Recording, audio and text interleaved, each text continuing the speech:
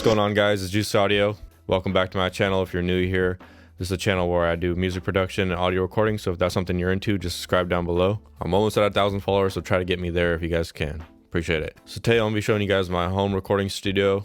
I'm super grateful to have the studio and everything in it. I still remember the day dreaming about when I could have those KRKs and Focusrite audio interface, but now I got some really sweet gear that I'm super grateful to have, and everything in here is pretty functional for me, and I'm at a place finally where everything works together and nothing's in the way, and I'm keeping it as simple as possible.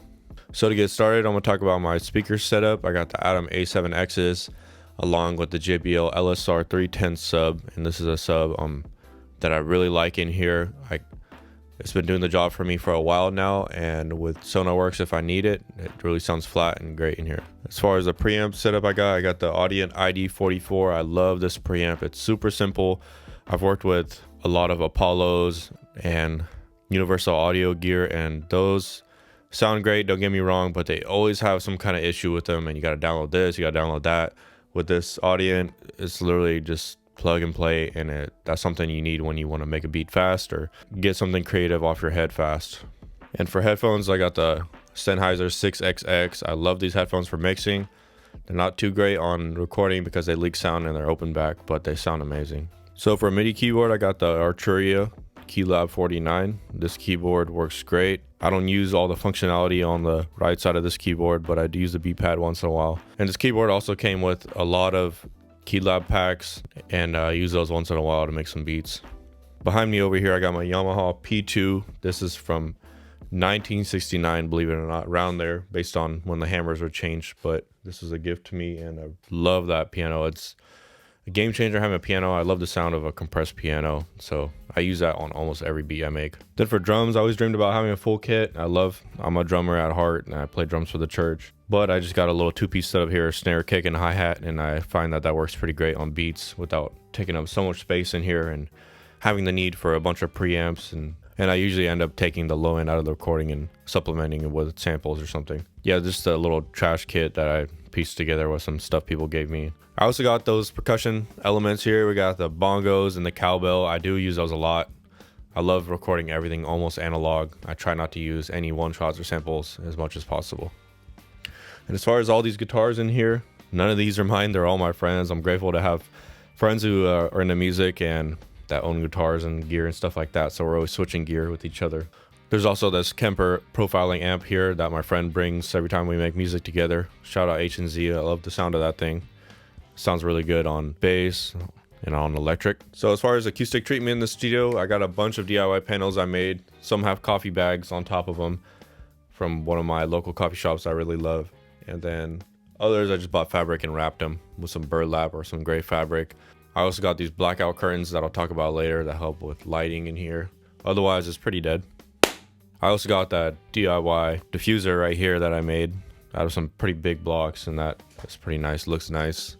And yes, as you can tell, I have a lot of plants in here. I love plants. I feel like it gives me some fresh air in here. I had a lot more, but they definitely clog up a bunch of space. So I kind of kept the ones that are simple and are easy to water and stuff like that. All right, so talking about mics, I got some of my favorite mics here, and they're all actually from Lauten Audio. I got the LA120 pencil condenser mics that are pretty handy. I got the LA322 mic, and this mic sounds amazing on vocals. And I also got two of my new favorite mics, the LS208s. These mics we'll be reviewing later are literally the do-it-all mics for me. They record kick, snare, you can do overheads, you can do vocals, broadcast mic. This is the mic that you're actually hearing right now for this voiceover. And it has the balance of a large diaphragm mic, but the focus of a pencil condenser, which is super helpful. You can record stuff with a lot of rejection, a lot of room rejection, and extremely high SPL. I think it's like 125. So yeah, I really love this microphone. So if you're wondering what this big poof above my head is, this is some new lighting setups that I got. I'm actually really into video and recording videos. So if you want to see more of that, just drop down in the comments. I'll show you guys some of my cool gear that I got. But this is going to be the Amaran 120C, and this light for the value is amazing. The app that it comes with is super functional. I could take a picture of any color that I want, and then it could replicate that through the app. So going back to these blinds that I have in front of my huge window, I got those because now I can have two looks in my room instead of having to wait for the sun to be at a certain spot to get the shot that I want, or for clouds passing by and messing up my shot.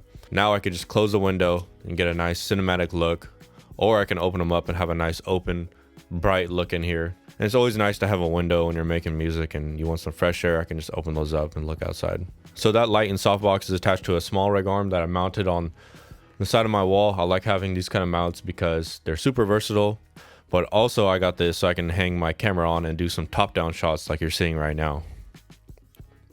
And the camera that I'm recording on is the Sony A7IV. This is literally my new favorite camera. I've had this for about a year now. I love the 10-bit colors. And if you use Sony, the image quality is amazing. And it's super easy to use once you understand like S-Log3 and all that kind of stuff.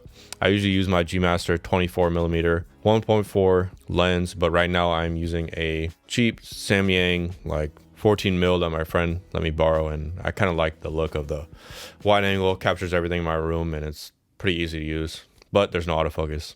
So this desk I got is just some Office Depot desk. I'm a tall dude, I'm 6'5", so I like to stand instead of sitting all day.